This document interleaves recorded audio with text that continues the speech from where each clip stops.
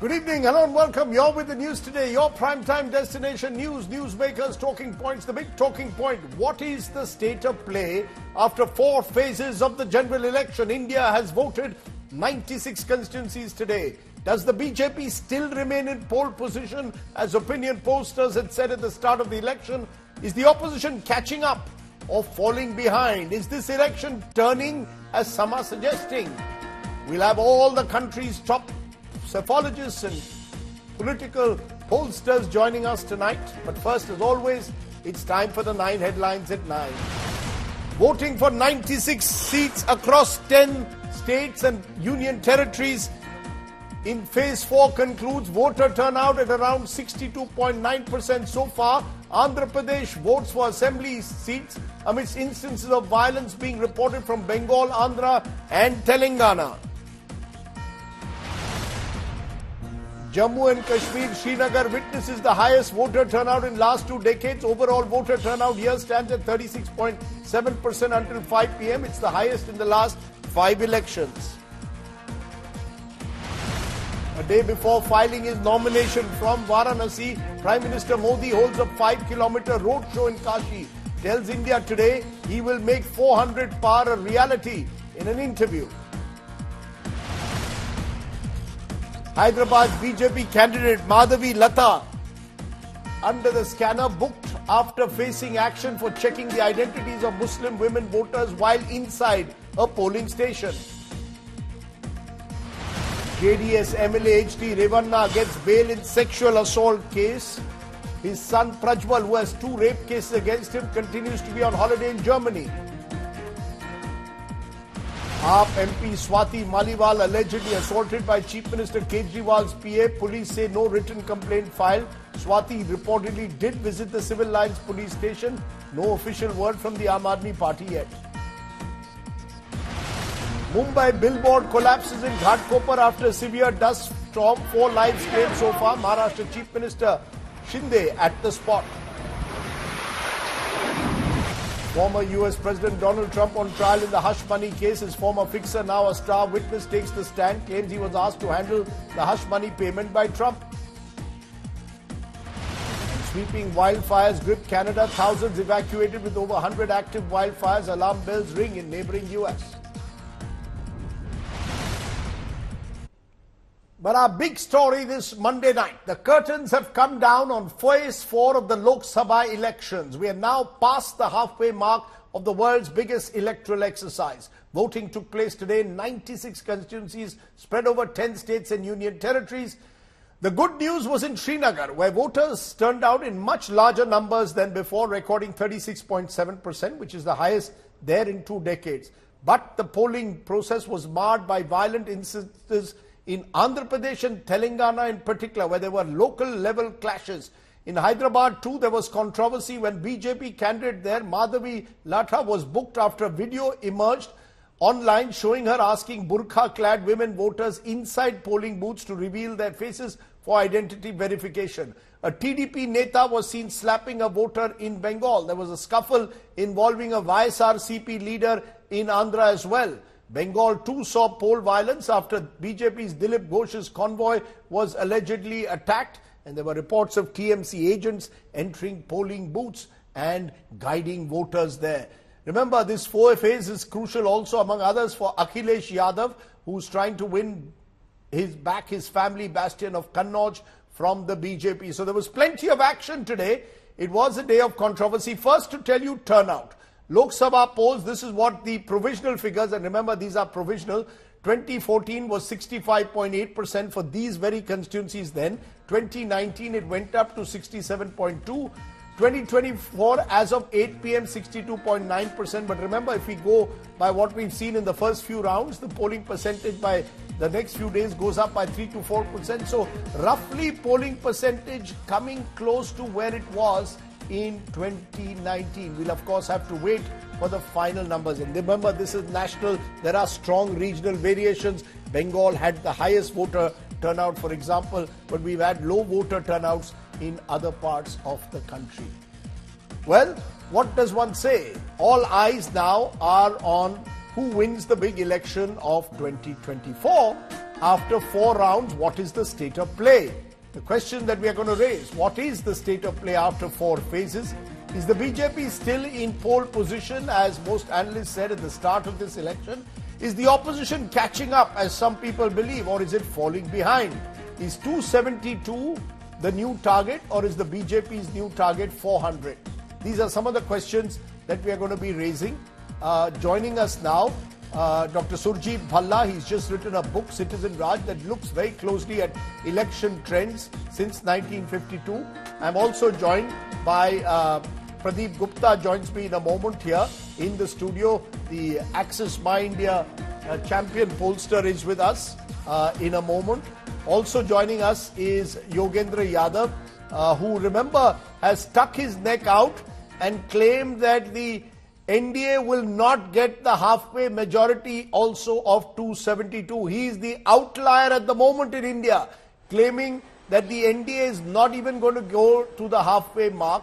So I'm going to come to each of you and ask you for where you believe the state of play lies after these 4 rounds. And Yogendra Yadav, I'll give you the first shot. Since you've said the most controversial statement on Twitter, you've claimed that the BJP will be less than 250 and the NDA less than 272. Is this wishful thinking by someone who's seen as a critic of the Modi government? What is the basis why you're saying that you believe that the BJP is falling behind? Rajdeep, let me begin by stating very clearly upfront that I'm no longer a psephologist. I used to be one. Pichle janam mein, purv janam mein. I'm a political worker.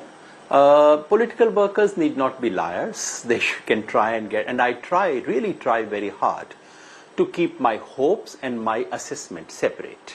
So what I'm offering is the assessment which I have made after traveling. I don't have any exit poll with me. It's a ground assessment based on the basis of travels, on the basis of listening, reading, speaking, finding out. That's all that it is. And what I have said is the following. When the elections began, I wrote that it is possible to bring BJP below 272, but I wasn't sure if that was actually going to happen because I didn't think opposition was doing what was needed to bring BJP below 272. When elections came closer, round 1 and round 2, and I started traveling, I saw something was changing on the ground. And then I started saying, maybe BJP is coming below 272. And after the 3rd round and after my travel specifically, let me again put everything on the table. I've gone to Rajasthan, Punjab, Haryana, Uttar Pradesh, Bihar, Telangana, Karnataka and Chhattisgarh. Other places based on what I've heard, what I've spoken to. On that basis, my assessment today is that BJP, it's not only possible, BJP indeed is below 272 as of now, things the way they are going. My assessment is that they are below 272. And for the first time, it has appeared to me that NDA could be below 272. In what you've seen, the Twitter, the video that I've posted, that puts it 268. But Rajdeep, let me be quite straight about it. I don't have any such instrument with me on the basis of which I can say exactly 268 and not 278, not 288 or not 248. No, I don't have that. These are very broad estimate. And all what I'm saying means is that we can be more or less certain now that BJP is much below 272 and that it's an open question whether even NDA could form a majority. So broadly what I'm saying is the idea that BJP could up the seats from 2019, that can be completely ruled out. That is simply not true. Okay. BJP, to my mind, is unable to retain what it had in 2019. It's coming down. How much is it coming down? That's something open to debate. We can discuss it. I have one assessment, others can have different assessment. I'll come to your specifics later in the show, but Surjit Bhalla, you had stuck your neck out soon after your book was released. You believed that the BJP would be more than 300 and the NDA more than 350. Are you still sticking to that after 4 rounds of the battle for 2024, Surjit? Yeah, thank you, Rajdeep, for having me. Actually, you said Citizen Raj. That's my old book. This is the new book, How We My Vote. apologies. Yeah. And yes, I'm very much sticking to what the forecast is in How We Vote, which was done in somewhere around February. Quite honestly, I don't, if anybody were to read the book, and I suggest all of you do it, that I base it on economic performance primarily. And that's how people vote. Indeed, the last line of my book is the economy stupid? Which, as you know, comes from none other than Bill Clinton in his 1992 campaign. Mm-hmm. So looking around at the first four phases, obviously, like you and like all election junkies, I'm following it very closely. I haven't seen any sign to revise the forecast. Now, you're going to have seen a lot of signs to bring it down. I haven't seen any signs to bring it down at all. And that's why you have horse races, because people have different views on events, on forecasts. And we'll all have to wait and see until June 4th as to which one of us is more accurate. And I'm waiting to hear what Pradeep has to say. But basically, the economy, every sign of the economy, every data point that we received on the economy is reinforcing that it really is doing very well. So I'm afraid I don't see much reason to bring down or to change my forecast in any way. It remains 330 to 350 for the BJP on its own. Okay, I'm going to again come back to you also for specifics, because when you say 330 to 350, that means the BJP is doing even better than last time, and I'm going to ask you to remember to pick up where you believe they'll grow. But Pradeep Gupta, you're the only one out of us who's doing a poll, and I know because of regulations you cannot reveal the numbers, and of course you've got an exit poll, or we have an exit poll coming up with you on the 1st of June. So we'll keep the suspense for that. But I want to answer, you went on Aaj Tak last after the third round and said, कोई ज्यादा उलट फेर नहीं होने वाला है. And immediately that went viral to say Pradeep Gupta is saying 2024 is a repeat of 2019. Can you clarify, is Pradeep Gupta saying that 2024 could be a repeat or is likely to be a repeat of 2019? I want clarity. So Rajdeep, let me tell you, at Access My India or Pradeep Gupta for that matter, what Surjit ji said is not supposed to reveal, release, say anything as far as the numbers goes because of ECI guidelines. So we'll have to wait till the last vote cast. Till that time, even I do not have any kind of numbers whatsoever. That's me. Let me clarify very candidly. Now, second thing, you asked the Aaj Tak channel and Sudhir Chaudhary ji asked me some questions and I replied. He simply asked, Pradeep, आप क्या बहुत बड़ा उलटफेर देख रहे हैं क्या? I said, बहुत बड़ा उलटफेर तो मैं नहीं देख रहा हूं. That's what I said, and that's it. No, so are you saying बहुत सारा उलटफेर means what? That there is no great change that you are seeing compared to 2019. That's why people are saying, Pradeep Gupta is saying, BJP still remains in pole position.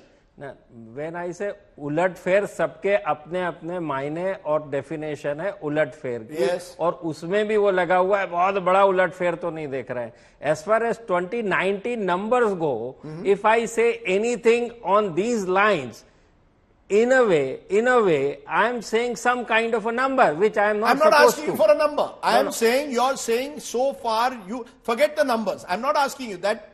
I'm not asking you to go into that. I'm saying, is Pradeep Gupta saying that he is seeing no signs of major change in this country at the moment? That's all I'm asking. Yes, I am saying so. You are saying that Pradeep Gupta is not seeing any signs of major change in this country. I emphasize the word major. Nothing to do with numbers. Nothing to do with numbers, but you are saying you are not seeing any major change between voting trends of 2019 and 24. Correct? Correct. Okay. That's the closest that Pradeep is going to come to tell us that therefore it could well be advantage BJP. The only reason I'm saying, this is my interpretation, Because remember, BJP got 303 seats last time, the NDA got 353. When Pradeep Gupta says that there could be no major changes, effectively at least party number one there is no doubt in. Now again people can interpret it even major changes with the vis-a-vis the बहुत बड़ा उलटफेर मतलब होता है कि upside down. That's the meaning I know at least when somebody say उलटफेर का मतलब है यहाँ की चीज यहाँ हो जाना और वहाँ की चीज यहाँ हो जाना. That is something I don't see at all on the ground. Okay, Yogendra Yadav, therefore you've got Pradeep Gupta saying no major change. Now you are the one who is saying on this show major change. Can you tell us, and we've had a fourth round today, where the major changes you're seeing? Which are those states where you believe this election is turning? Because you're clearly saying this election has turned. Rajdeep, let me begin by expressing my agreement with both the panelists in this very civilized conversation, which is so rare on television. Number one, I actually completely agree with Dr. Bhalla. It's the economy stupid. Both of us agree with this. I think the only difference that both of us have is which direction the economy has gone and who exactly is stupid. We have a minor difference on that. Because what I heard, Rajdeep, when I traveled, and you can tell me because you've probably traveled a little more than I have, when I hear from people talk about, what's motivating their elections, the only thing related to economy that goes in Mr. Modi's favor is ration. People give him credit for giving cheap ration, free ration supply across in a universal manner. But if you press a Modi voter and say, why are you voting for Mr. Modi? They actually don't mention anything to do with the economy to begin with. All of them said, देश की इज्जत दुनिया में बढ़ गई है, भारत का डंका बज रहा है. That's one thing I hear. Second thing I hear is 370, 370 Kashmir. Third thing I hear is Ram Mandir. Now, to my mind, these three are not economy-related issues. However, when people talk of economy, and that's where I agree with Dr. Bhalla, to my mind, the decisive thing is what people feel about economy.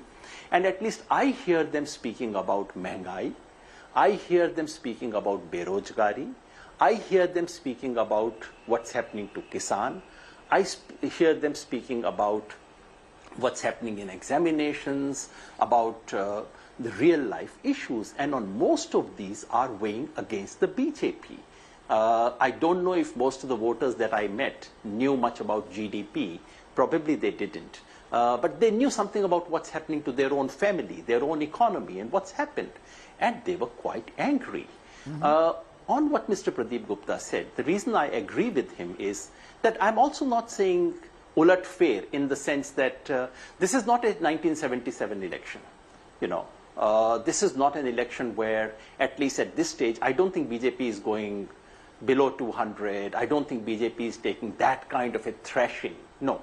But to my mind, it is a significant change. And the significant change is this, that BJP, there is a significant swing against the BJP from Gujarat to Bihar, this entire belt that the BJP had swept, and add to it Karnataka as well. That may or may not result in seat change in different places. In Gujarat, the margin is so big that this swing may not affect very many seats. But in Rajasthan, especially in eastern Rajasthan, it will affect seats. In Haryana, it will affect seats. And in Uttar Pradesh and Bihar as well, it is affecting significant number of seats. Which is to say, so my estimate that you referred to very kindly was that BJP could go down by 70 seats compared to 2019. And I suspect, Rajdeep, you and I remember 2004. I mean, I'm taking the liberty of saying that because we were together at that time in a channel working and sharing notes every evening. And remember what happened in 2004? Every pollster got the figures, and they were, and pollsters do not get a precise number, they get a range. And every pollster was giving margin of error, adjusting margin of error in BJP's favor in every single state. Therefore, every pollster had an inflated figure for the BJP even after they had polls. In reality, something very different happened. I would not be surprised if that kind of a thing happens. However, I do not expect India with a 300 plus seats. No, that kind of ulatfer I also don't expect. So you're saying you're seeing traces of 2004. Interesting. I'll come back to Dr. Bhalla in a moment, but Pradeep Gupta, 2004 is often cited by many who say an election could turn. Have you seen, in your experience of polling, elections turning midway? Can elections turn midway, or do most voters decide a month in advance, 2 months in advance, kisko vote dena hai, or do they decide last 24, 48 hours? When we say, in a 7-phase election, suddenly someone is coming from behind and could play catch up, as Yogendra Yadav is suggesting, does that actually happen? Actually, it's... or very rarely? No, it's like this, about 30 to 40%, if it is a bipolar election in any state, it differs state to state. When any state which has a bipolar contest, generally between 30% to 40% vote share is more or less aligned or fixed.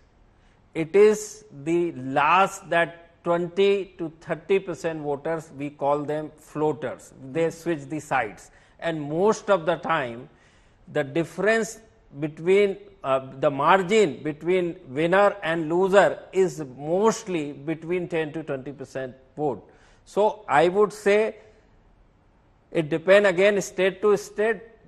The floating voters is always there, which they make up their mind generally 1 month prior to the election start. The reason I'm asking you this is you're saying state by state. Now, one of the key differences between 2019 and 24 that many people are noticing on the ground, 2024, post Balakot, there was a sweep and it registered in votes also, North, West and Central India. This time we are talking state by state. Maharashtra, state where you live and my home state.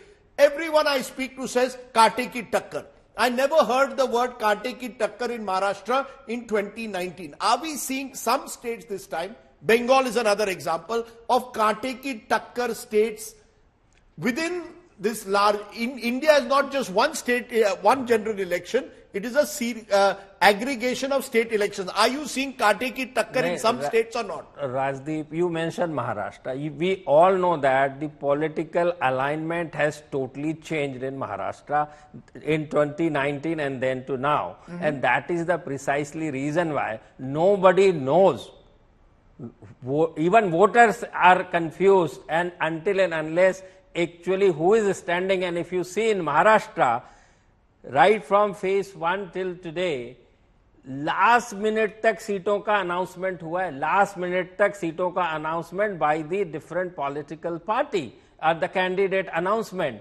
तो उसके लिए अभी take some time, and that is the precisely reason why voter think भाई अभी तक हमको ही कुछ नहीं मालूम है तो अच्छी खासी टक्कर होने वाली है. No, but are we right in saying that some of the states which in 2024 saw relatively one-sided battles have become closer this time?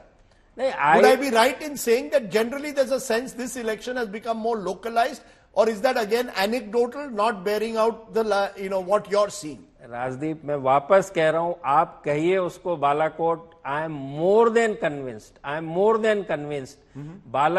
had there been no Balakot impact, even then BJP and NDA would have got definitely 330 plus seats instead of 352. So you're saying it only got 20-25 extra seats? It's all about performance and delivery, nothing else which matters on the ground, what Dr. Bhalla and our friend Yogenji is suggesting.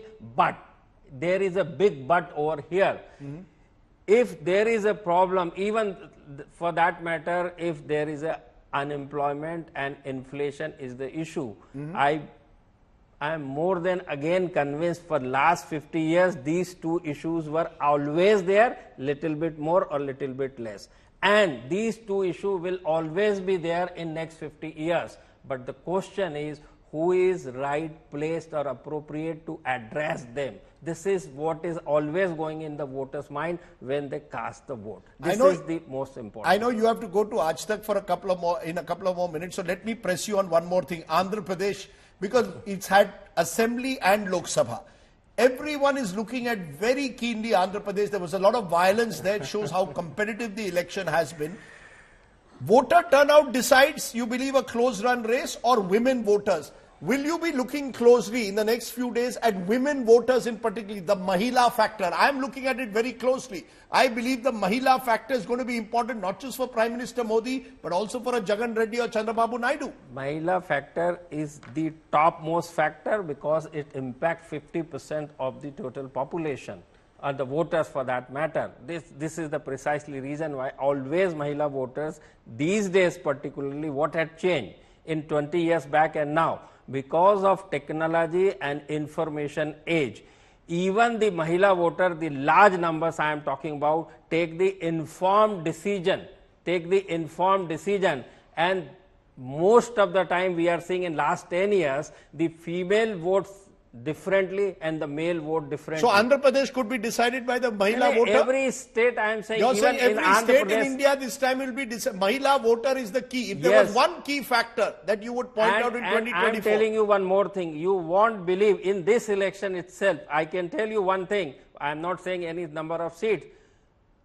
The woman voter in a particular community is voting totally different than the male voter. I am telling you, totally different the male voter. With full conviction, I am telling you this. You're giving us you're saying your early trend suggests women voters are voting very differently from men, and that could become a critical factor in this election. Am I correct? Definitely, yes, Rajdeep. And again, I am telling you, 100 vote cast, those who come for vote, 80% livelihood is directly or indirectly depend on government of the day. So they elect and select government and leader very carefully, the way you select any job or profession for that matter. And because of this technology, people know if this is the road condition, whether good, bad or worst, who is responsible for this, whether the municipality, the state government or the central government, and they based on this performance, they take decision. It's all about delivery. Mr. Modi has had very high voter, has had a better record among women than male voters. Are we seeing that getting repeated? Could that get repeated, Pradeep? Is the woman voter going to be the key in this election? It is very simple. Whoever takes care of me, I will go with them. Okay. So therefore, Yogendra Yadav, that from taking up from what Pradeep Gupta is saying, is effectively suggesting that when you say ration is an issue, many will say it's the woman who's the beneficiary of livelihood issues. Pradeep Gupta is coming as close, I would say, to admitting that that is Mr. Modi's trump card. Do you agree or not? Rajdeep, in fact, I had said that one of the things that's working for Mr. Modi is ration, delivery of ration, which people appreciate, for which they give him credit. I don't think most people, I don't think even 10% voters know that National Food Security Act was passed by UPA, that Congress was the party to have started it. No, people simply think Mr. Modi started it, they give him credit. And yes, Mr. Modi, this is something which is working to his advantage. At the same time, when we think of livelihood issues, unemployment is an issue like never before. I agree with Pradeep ji that inflation is something you hear all the time. But this kind of emphasis on unemployment, this is extraordinary. The kind of unease and anger about it, there is a lot of unease on that. I would just add a couple of things, Rajdeep, to this. One is to say, to my mind, if what Mr. Pradeep Gupta said was not happening, then of course BJP would be nowhere. If we had a situation where Mr. Modi did not have these advantages, A, a certain degree of popularity, which he still enjoys, B, appreciation for ration, C, this broad image, which I find mythical, this image of having lifted countries' spirits, countries' reputation and so on. If these three things were not working in Mr. Modi's favor, this would be 1977. They would be wiped out. Of course, so these things are working, and that is why BJP is still clearly #1 party in terms of seats. So I do not see any party coming close to becoming #1 party. Of course, all these things are working. Right. However, the real question is, do we see a certain subtle change? And I invite your viewers to join it. I'm a political worker. Your viewer might think, okay, why should we believe him? He has his political views are known. He is against Mr. Modi. All this is true. So may I request your viewers to do just two simple things. Please go around and ask anyone you know whose judgment on politics you trust.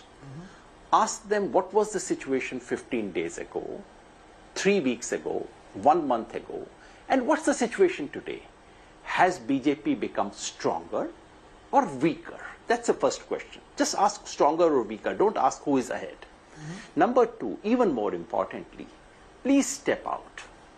Meet ordinary people. You can do it as well as I can or Rajdeep Sardesai can. Please go out. Meet 10 ordinary people who may have voted BJP, 10 ordinary people who may have not voted BJP last time. But don't ask them only about who they are voting this time. Also ask them about when they voted last time. If you see that people who had not voted BJP last time are voting for BJP this time, then what Mr. Bhalla is saying is perfectly right. Dr. Bhalla must be right if you find that. If you find, as I did, that those who did not vote for BJP are standing where they were, and a small slice of those who voted for BJP is moving away from them, then you have to take what I'm saying somewhat more seriously. I'm going to press you a little bit more on that in a moment. But Dr. Bhalla, since you see you are relating the state of the economy to voter trends, now we are seeing, and I've seen this also traveling across the country. I'm just back from Bihar. Rozgar is a big issue. When I meet young people in Bihar, they said, sir, Rozgar, number one issue is Rozgar. Forget everything else. When I meet women, they spoke about ration. And I'm just wondering, Professor, that whether we could be seeing, at least among the young, among voters under the age of 25, 30, who last time voted euphorically for the government, a shift. Now, whether that is large enough, we are not sure. Remember, in a state like Bihar, the NDA had a winning margin of over 20% in many seats. So it has a huge buffer.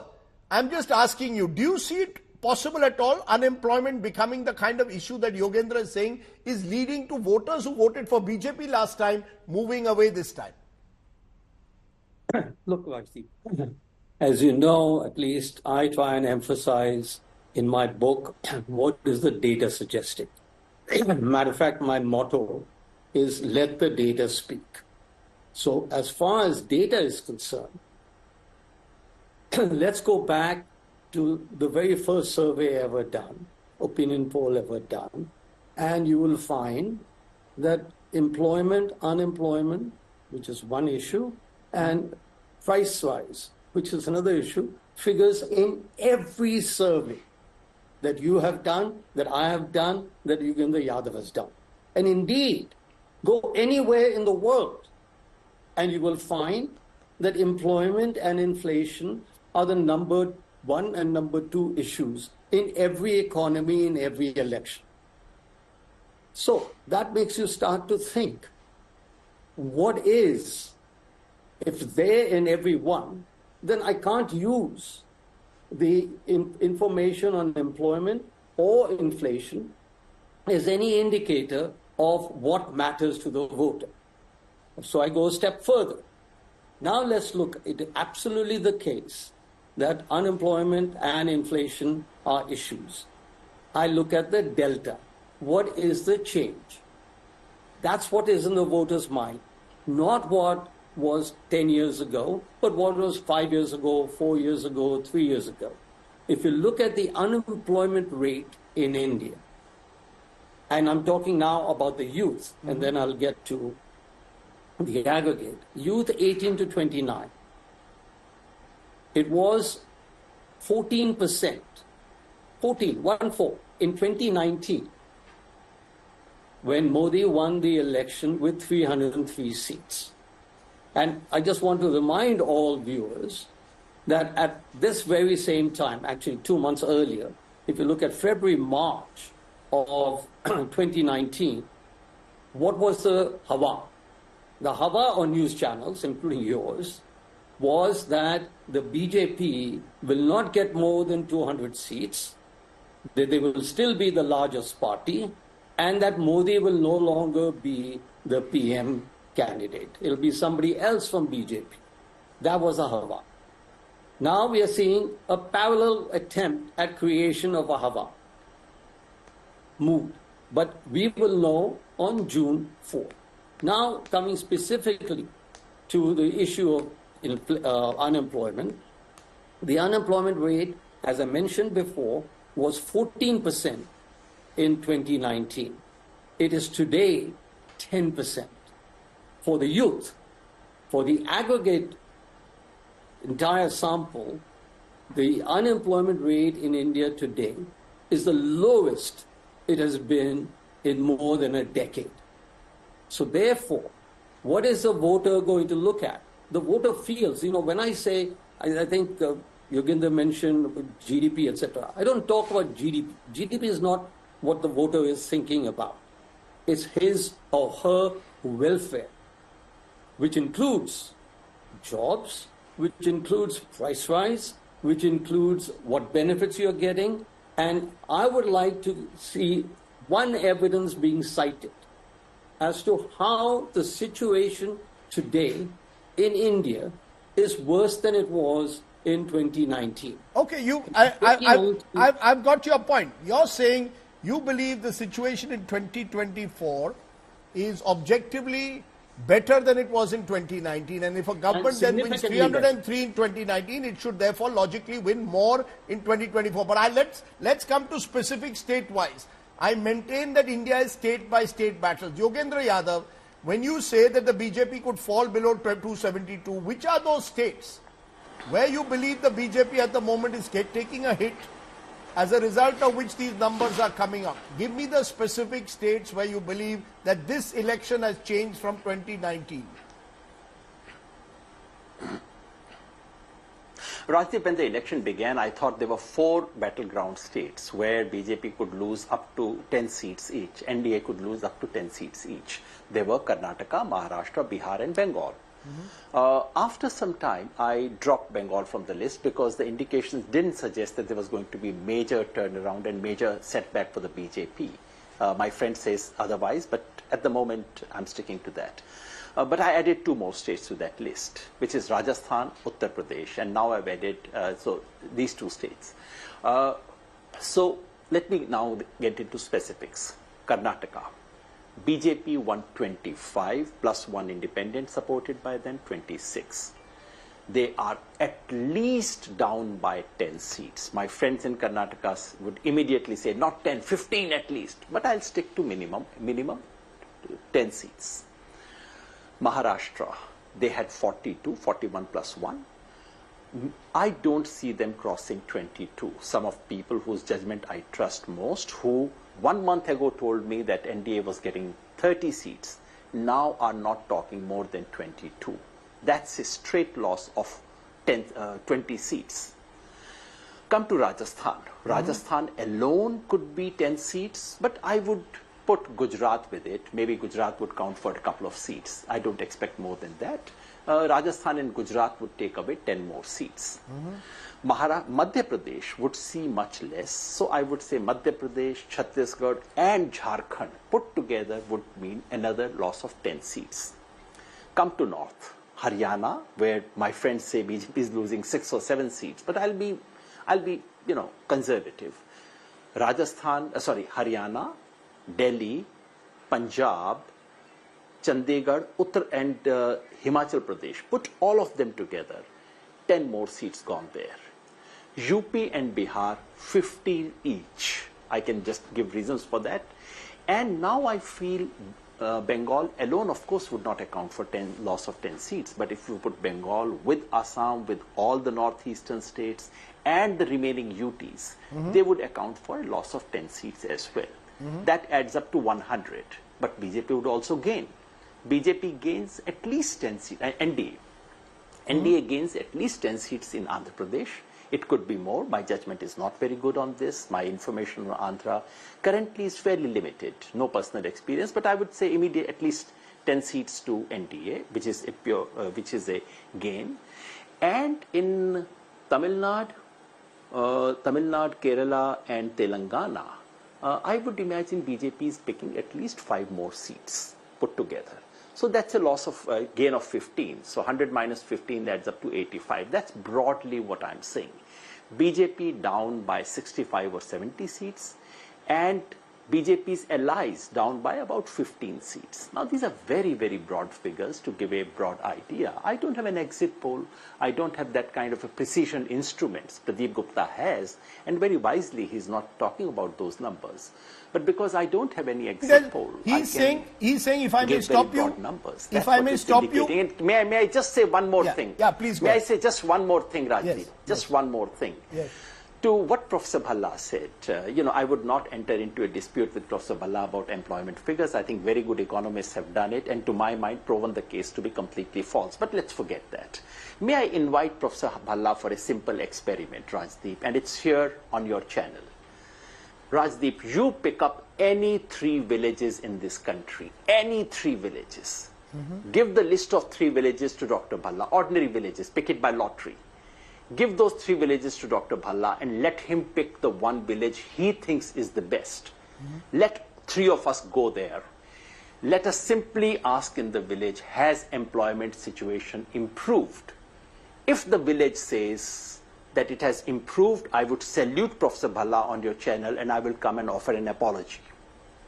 Okay, I just want to ask you though, before I go to Dr. Bhalla, you heard Pradeep Gupta saying he expects no major change. कोई बड़ा उलट फेर नहीं है, and he went specifically to say, without saying it in so many words in terms of numbers, no major change. That for someone like me means he still believes the BJP is in pole position as it was at the start of the election. Do you concede that because there was such a big gap, 224 seats, Yogendra Yadav last time, the BJP had 50% vote share in. Therefore, to effect a reversal of the 2004 kind, forget about 77, but 2004 kind also is very difficult. It requires, dare I say, a 10-12% swing away. I have seen certainly disillusionment on the ground, no doubt about it, but I didn't see it convert into anger as I'm traveling. So I'm just wondering, where are you seeing this 10-12% swing? Rajdeep, 2 things. BJP remains in the pole position even if you take my numbers, the broad numbers I've indicated. If BJP has, let us say, 233, and let us say Congress is around 90, BJP of course remains the single largest party by a long margin. So there's no doubt. It all depends on what you mean by big change. To my mind, losing 30, 40, 50 seats is substantial, but in the eyes of a pollster, it may not be big change. And also, please remember that pollsters can make a type 1 error. Dr. Roy used to say type 1 error, type 2 error. And type 1 error is what everyone committed in 2004. And that's the kind of error pollsters can make. I'm not saying they are. In terms of swing away, Rajdeep, look, BJP had such large proportion of votes that if 1 out of 5 voters of BJP were to move away, and that's why I'm inviting all your viewers to please do your own small little survey, but please don't do it in flats of middle class colonies. Please go and speak to ordinary people of this country.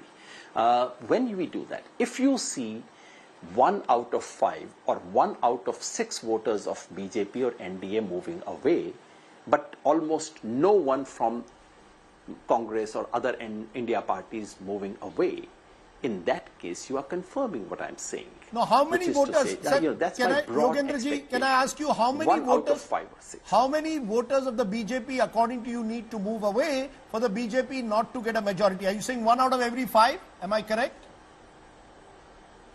1 out of every 5 who voted for the BJP last time have to move away. Yes, in BJP. Roughly. It is different in different states, but in Uttar Pradesh and Bihar, in Bihar, if 1 out of every 5 moves away, BJP is about 20 seats, NDA is down to 20 seats. In Uttar Pradesh, if 1 out of every 6 or 7 moves away, even then BJP is in trouble. Okay. So it varies from state to state, but yes, if something, and I felt that there was a change of this kind. I could be wrong, and let's wait for better survey evidence. But to my mind, one thing is certain, Rajdeep. This is not 2019 replay. I certainly disagree with Pradeep Gupta ji on one thing. Rajdeep, you and I know that the mood in this country was very different before Balakot, and I had then said that BJP can lose 100 seats. But 1 week after Balakot, I said this election is over. This is something has changed completely in this country. Mood changed, people's conversations changed, their stance changed. I'm very surprised, but unfortunately, this is a question which neither he nor I can prove because it's a counterfactual. But Balakot changed everything. You couldn't speak to people after that. And certainly, this is not 2019 by any stretch. And certainly, BJP is not adding to 2019. These two things I can say with all the emphasis at my command. So I'll give you a final 1 minute, Dr. Bhalla, because you've said exactly the opposite. You've said actually the BJP will do even better than 2019. And if I may ask, where is the BJP going to do better, given the fact that they maxed out in western, northern and central India? Where is it when you say 330, the BJP, are you saying that the BJP will win in unexpected areas and hold on to their own? Broadly that, okay? It's only 25 or 27 more seats than they got last time. A few here, a few there. West Bengal, the very controversial state, who knows? But I'm not I'm not a micro village state estimate ever. Yes. And as far as Balakot is concerned, my book that you referred to, Citizen Raj, was written before Balakot happened, and that had something like 283 seats for the BJP. So I think it's highly debatable whether how much of a difference Balakot made. So are you saying it's stability, continuity and leadership? Are you saying it's stability, continuity, leadership? Are you saying the voter wants a stable government above all else? And in the absence of seemingly stability on the other side, that's the reason why you maintain it's going to be 300, 330. Am I correct? No, absolutely. Look, what is a voter? Forget the economy, etc. Let's look at the opposition. They don't have a face. And Yugandhar knows this, etc. Every election, all elections in the world are now presidential. Okay? They don't have a face. Second, I don't think they have any new ideas, and if the ideas that they have are regressive for the average voter. It's not regressive for all voters, obviously, but so I want to look at the evidence. What is it that will make, forget the magnitude that Yugandhar is talking about, a massive move away from the BJP. I don't even see a trickle away from the BJP because I don't see issues that will lead for a trickle away. Half there, half here, 5 seats here, 5 seats there, I can understand. But this thing, so I think it's exactly what I said in the beginning. This is a horse race, and people have different forecasting ability. I don't know whether my prediction will be right. And I think Yugandhar feels confident that his prediction will be right.